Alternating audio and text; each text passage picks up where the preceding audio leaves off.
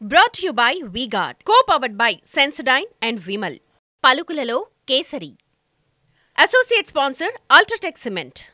ముఖ్యంగా చాలా మందిలో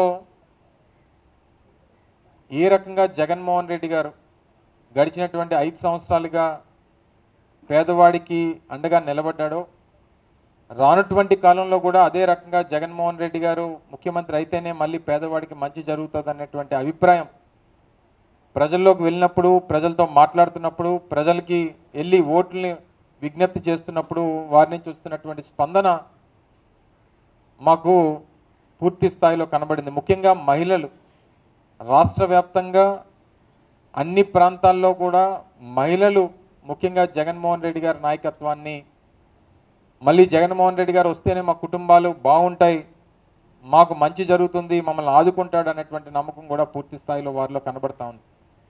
రకరకాలైనటువంటి భిన్న అభిప్రాయాలు.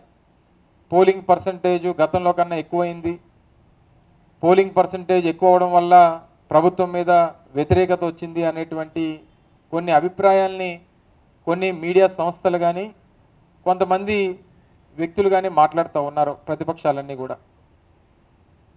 గతంలో 2004లో రాజశేఖర రెడ్డి గారు ముఖ్యమంత్రి అయినప్పుడు అప్పుడు కూడా చంద్రబాబు నాయుడు గారి మీద ఉన్నటువంటి వ్యతిరేకతతో అంత పెద్ద ఎత్తున ఆ రోజు రాజశేఖర రెడ్డి గారు విజయం సాధించారు. 2009కి వచ్చేసరికి కూడా అదే సందర్భంలో ఉమ్మడి రాష్ట్రంలో ఇప్పుడు ఏ రకంగా కూటమి ఏర్పడిందో 2009లో కూడా ఆ రోజు రాజశేఖర రెడ్డి గారి మీద మహాకూటమి అని ఒకటి ఏర్పడింది. అప్పుడు కూడా అందులో Telugu Desam party, CPI, CPM, TRS ఇలా రకరకాలైనటువంటి రాజకీయ పార్టీలన్నీ కూడా కలిసి ఓ మహాకూటమిగా ఏర్పాటై రాజశేఖర రెడ్డి గారి మీద పోరాటం చేస్తే అప్పుడు కూడా 2004 కంటే 2009లో ఎక్కువ శాతం పోలింగ్ అయింది. అప్పుడు కూడా ఇదే మాట అన్నారు, రాజశేఖర రెడ్డి గారి మీద వ్యతిరేకత వచ్చేసింది, కూటమి అంతా మహాకూటమి అంతా ఏర్పాటు అయిపోయింది, మహాకూటమి అధికారంలోకి వచ్చేస్తుందని చెప్పి. ఏం జరిగిందో చూసాం. రేపు కూడా అదే రిపీట్ అవ్వబోతూ ఉంది.